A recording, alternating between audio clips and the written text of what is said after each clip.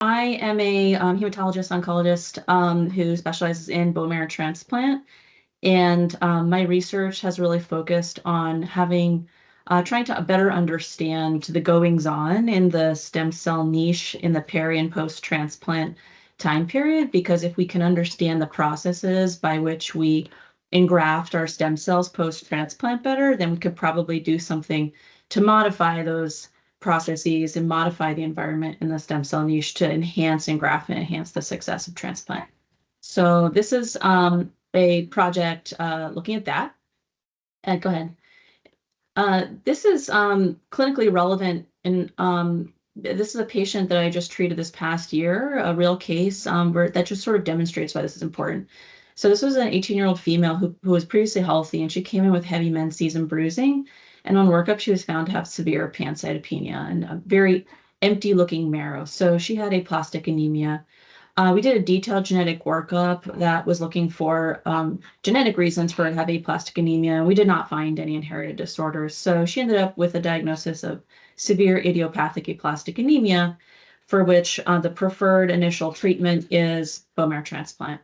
Unfortunately, she didn't have a fully matched sibling, and she did have multiple options in terms of potential other donors, and we ended up going with a haploidentical sibling, so a half-matched sibling, and she got a transplant. Next slide. And initially, she did pretty well. She got her PrEP, she got her transplant, no major complications at first. She did engraft on time at just under 3 weeks, and she had 100% donor cells. So everything was going fine. But then she developed a cellulitis at her central line site in the days pre-engraftment. And then she also developed a cellulitis with an abscess in another area of her body and during the process of engrafting. And she really never had robust cell counts, despite the fact that she had engrafted. And those sort of just hung around low, low, low, and eventually started slipping. Around this time, she had a fever, flushed skin, she had a SIRS response. She ended up in the PICU for like a sepsis type picture, and her blood counts fell, and she lost her graft. Next slide. And so this just really demonstrates that we understand very little about the cellular and molecular signaling process of engraftment. And we know that infections play a role in this milieu peri-engraftment. And we know that patients who get infections around the time or pre-engraftment are at risk of non-engraftment or losing their graft, but we don't really understand why that is. So I'm hoping that if we have an improved understanding of these pathways, that may enable us to modify the conditions of transplant to enable speedier, more robust engraftment, which would also limit the complications during the pre-engraftment pancytopenic phase. We could reduce the risk of graft loss, which is a potentially fatal, devastating complication, and avoid the need for repeat transplants. And as a result, this, of course, would reduce mortality. Next slide. So that's the why. So this work all started when I was a fellow. I was doing some work in zebrafish trying to model stem cell transplant, and I was using these green fluorescent donor fish and collecting their marrow cells. Their marrow actually lives in their kidney instead of their bones. And I was injecting this fluorescent green marrow into larvae of RUNX1 mutant zebrafish. And these mutants lack this gene that is really important for the development of their own hematopoietic stem cells. And so they basically have an empty stem cell niche. They're able to engraft these donor cells. We're able to show it by flow cytometry, by survival improvements, and by fluorescent imaging. And this is the basis for which I started the next phase, next slide, which was this is just sort of demonstrating that. You can see the green fluorescent cells there in the kidney and the thymus post-transplant. And we can visualize that with the fluorescent microscopy. Next slide. So we used this idea of doing larval zebrafish stem cell transplant to do a drug screen. And the reason why this is beneficial and why you can do this in fish, but not in mice or certainly not in larger animals is you can do hundreds or thousands of these transplants in a single day. And they're so tiny, they're basically like the size of caviar. they're so tiny that you can put them in like multi-well plates and treat the different wells with different compounds, do a drug screen. This is done frequently in zebrafish research for all different kinds of purposes. And so we did this and we screened for early signs of enhanced engraftment, both by fluorescent imaging at a 6-day post-fertilization time point, and then also by flow cytometry later at 8 weeks. Next slide. This is just an example of what it looks like when we take the pictures 6 days post fertilization. We can quantify the amount of fluorescence that is present. And you can see in the top the DMSO control. Other than the yolk sac there, which is sort of autofluorescing green, the fish itself is basically devoid of fluorescent signal, as compared to the fish down below treated with a compound of interest. There's lots of little itty bitty green dots scattered throughout the main artery that goes down the tail of the fish. So we quantified the fluorescence here and we picked out some potential hits for our drug screen. Next slide. This is the most promising hit that we got out of our drug screen. This is a compound called BW284C51. And we were able to see over repeat experiments in different people's hands that it was consistent result that showed enhanced early donor cell residence in the recipients. Next slide. So this compound is looks like this. That's the very long name. The majority of the presentation I just abbreviated BW. Next. So what is it? It is a selective acetylcholinesterase inhibitor. This is the quote unquote life cycle of acetylcholine. It is made, it is produced in neurons at the synaptic cleft. It is released into the postsynaptic cleft with neuron stimulation and binds to its target receptor on the other side of the synaptic cleft. So those are acetylcholine receptors. It is then degraded by acetylcholinesterase so that it can then be recycled. So acetylcholinesterase is important for turning off the acetylcholine signaling. Next. So if you, next, just hit it a couple times. So acetylcholine is really important for turning off the, acetylcholinesterase, I should say, is really important for turning off acetylcholine signaling. And so we think that by inhibiting this enzyme, we're enhancing acetylcholine signaling. But there's also other things, you could stop there. There's also other things that acetylcholinesterase does, which includes promoting amyloid fiber assembly, and dysregulation of that leads to Alzheimer's disease. And it's also important for the growth of neurons during development. So inhibiting it may also affect those other processes. And anyway, we do have some known agents that affect acetylcholine signaling. Some of the bad effects of enhancing acetylcholine signaling are things like sarin, which is used in chemical warfare, and organophosphate poisoning, which leads to muscle paralysis and death. But it can also be harnessed in a good way if done properly with the right medications to treat Alzheimer's or myasthenia gravis. Next. And you just hit it a couple times. The purpose of this slide is not to go through these details, but just to show that autonomic signaling in the hematopoietic stem cell niche is really complex. We know a lot about the things that it influences, but there's also a lot of questions that we don't know. You can hit a couple more times.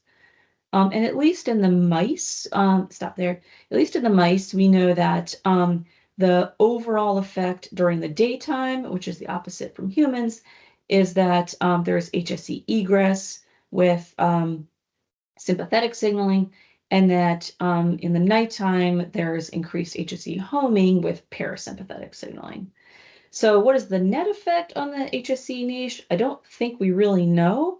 And how is that important both at the steady state or in a transplant context, which is what I'm really curious about. Next slide. So we had this result that I showed you in the zebrafish, and then we went to investigate whether this was also present in mouse, because we care about whether this is true in a mammal context, since the hematopoietic milieu of the fish is so different in this larval model. It's not in the bones, it's in the kidney, it's in larva instead of a postnatal creature. So we investigated a similar experiment in the mice. We gave these mice this drug and transplanted them just like we did in the fish. And unfortunately, we did not see the same effect. There was no significant increase in the number of hematopoietic stem cells post-transplant in the mouse, and also no difference in the rate of myeloid engraftment. So that was a little disappointing, but interesting. And it made me wonder whether there's something different about the larval context as opposed to the postnatal hematopoietic milieu, and there might be something there that's worth understanding. Next slide. So I started to really try to investigate whether we could figure out what this drug was doing in the stem cell niche, both in a steady state and in a transplant context. So I injected mice for 4 days with the drug or vehicle control, and then did flow cytometry on both the hematopoietic cells as well as the stromal cells to see what effect I could see in the marrow. Next. And just to, before showing you the results of that experiment, I'll just explain what are these marrow components. So the stromal cells are the various support cells that live within the hematopoietic niche that help support the development of hematopoietic cells. So in mammals, our hematopoiesis happens within the bones, in the bone marrow, and we know a lot about what goes on there, although we don't know everything. What we do know is that osteoblasts produce a lot of chemokines like stem cell factor that help attract hematopoietic stem cells and nurture them in the niche. And we also know that endothelial cells, different types of endothelial cells, are really important in secreting this and other similar factors like CXCL12, which is a really potent chemoattractant for hematopoietic stem cells to the niche. Also involved in this process are the mesenchymal stromal cells, which are MSCs, little green ones in this picture. And so all of these cell types are secreting different chemokines and signals that impact hematopoietic stem cell homing, engraftment, awakening or senescence, and proliferation in different ways. We also know that reactive oxygen species matters a lot in the stem cell niche, and there's a gradient of ROS from one part of the niche to the other. So what I'm trying to say is it's really complicated, and we know that all these cell types are important, but what I don't know yet is how all of this may be potentially influenced by this drug or acetylcholine signaling. And importantly, the hematopoietic stem cells have receptors that bind to these different chemokines of interest in this picture, including c-KIT and CXCR4, which we target clinically in a variety of different ways when we're trying to mobilize stem cells out of the niche using antibodies against them. Next slide. So those are the cells that we were flowing for. And I did not see any difference in the hematopoietic stem cells, but I did see a marked enhancement in 2 different cell types of the marrow stromal cells. These were the periarteriolar endothelial cells and the sinusoidal endothelial cells. They're very similar, but they're slightly different. The ones on the left are those that encircle the arterioles, and the ones on the right encircle the venules or the sinusoids. And we can see here that at least at steady state, a non-transplant context, enhanced acetylcholine signaling leads to increased potential stem cell niches by increasing the numbers of these cells. Next slide. And so then I looked to see in a transplant context whether I saw the same thing. So same idea to start, injected the mice for 5 days with this drug or vehicle. Then we did a transplant by radiating the mice and injecting them with fluorescent hematopoietic cells from a donor fluorescent mouse. And then we did flow cytometry for the same marrow niche components, the stem cells and the stromal cells, a few hours later, a very early time point. Next slide. And we saw very different results than at the steady state. So there was no difference in the sinusoidal endothelial cells, but the periarteriolar endothelial cells had a marked decrease in the number of cells present. So that was suggestive to me that the mechanism we saw at steady state was an enhanced proliferation of the endothelial cells, since here post-radiation, they're markedly reduced. Next slide. So what is the net effect on the transplanted HSCs? If we know that acetylcholine increases potential stem cell niches via proliferation of endothelial cells that comprise the niche, why aren't we seeing enhanced engraftment in the mouse? So perhaps there's reduced signaling to attract the stem cells to the niche, perhaps reduced proliferation once they arrive there, or perhaps reduced survival once they get there. Next. There's a couple things we know from other prior research. Other people have shown that acetylcholine downregulates CXCR4, which is that important receptor molecule on the surface of the HSC that is attracted to CXCL12, bringing it to the niche. And other people have also shown that cholinergic signaling, more generally speaking, skews the inflammatory milieu present in the entire organism, which of course has to include the stem cell niche, and that those large number of changes on in toto reduce HSC proliferation, decreases endothelial cell activation, and downregulates the adhesion molecules that the endothelial cells use to bring in the HSCs to the niche. Next slide. So which is it? And that's basically the purpose of what I was beginning to work on this year, is to try to identify whether acetylcholine is impeding HSC signaling or survival or perhaps proliferation within the endothelial niche. And I started to do this by using RNA sequencing. Next slide. To do this, I used 5 mice, 3 of them I injected with drug, 2 with vehicle control, and injected them for 5 days, and then did a sorted cell flow, collecting in different tubes the hematopoietic stem cells and the 2 different types of mesenchymal stromal cells in each mouse, and did bulk RNA sequencing on each of those populations. Next slide. And I have my data, and this is just to show you that I have the data. But unfortunately, what I don't yet have completed is analysis of this data. I did have a really productive collaboration with Key from the core, and he was helping me analyze my RNA-seq results. And that analysis has been complete. And I just sort of have to rifle through it with him to understand what I've got there. So that's sort of like the next step. Next slide.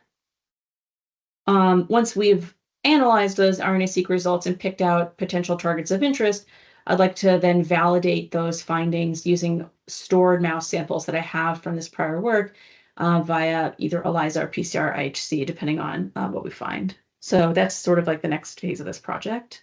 Next slide. And then the other sort of arm for completing this work is to evaluate whether the hematopoietic stem cell endothelial niche alterations are also present in the marrows of human patients. So from actual human transplant patients that had delayed engraftment at the either due to or at the same time as septic shock, can we find the same changes in those humans' marrows that we see in the mouse? Next slide.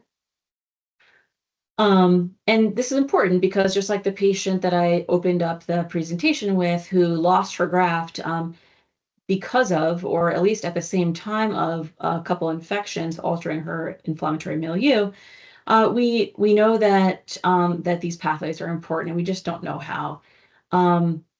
We know that sepsis is an imbalance of the whatever prior homeostasis there may have been between adrenergic and cholinergic signaling.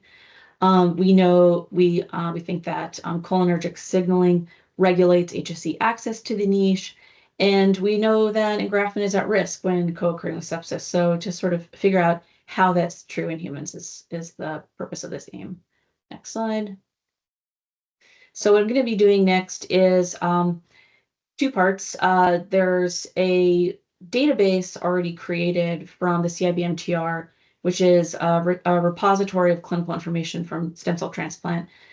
They also have banked human samples as well.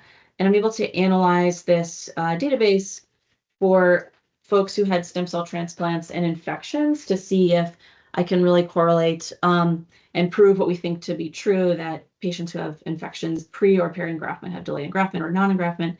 And then I'm also going to use banked human samples from our organization and from a collaborator's hospital to try to validate the findings from the mouse RNA-seq.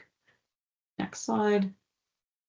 And that's it. I didn't have time to fill out my thank you slide, but just want to say thank you to Dr. Akins and Julianne and everyone from the group to help me with the MRDA, as well as my mentors. They are not here at Nemours and definitely not on the call, but both from Emory and from Montefiore have really helped me get this far in the project and couldn't have been here without them. So yeah, happy to take any questions.